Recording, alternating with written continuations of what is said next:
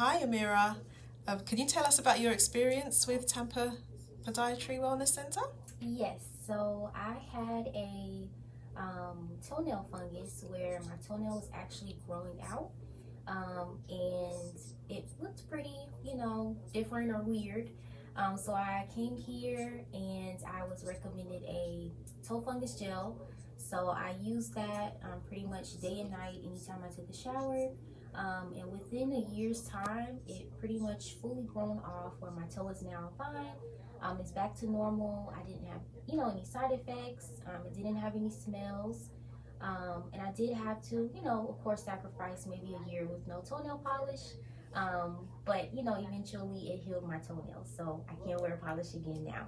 Wonderful, thank you so much. You're welcome.